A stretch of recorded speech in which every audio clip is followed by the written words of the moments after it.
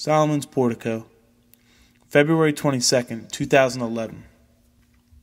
Today's devotional is titled, Let's Recall Wisdom from Paul. Point of view. So we talked about the armor of God briefly in a previous devotional, but in the next couple devotionals, I want to dig deeper into what each piece does and how to apply it. Each piece of the armor plays a specific role in standing strong against our opponent, the devil, and his attacks. Without this armor, we are weak and vulnerable to the devil's schemes to keep God from being glorified. Satan wants to be praised as if he was God. That's why Paul, the writer of Ephesians, lists the 7 pieces of the armor of God. He is showing us how to resist the devil and glorify God.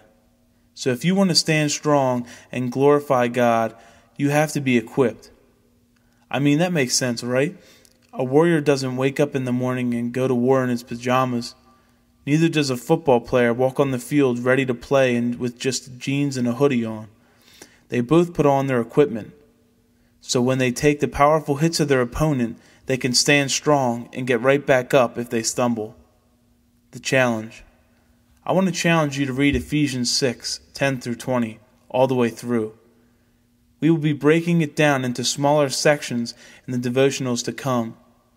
But to best understand it, read how God, through Paul, explains it in full. Prayer points.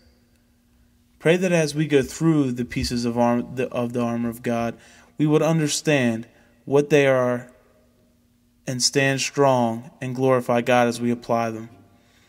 Ask for wisdom, as some of us might have read through this before, but don't know exactly how to apply it. Thank God that He has given us the tools we need to stand strong against the devil. The Word.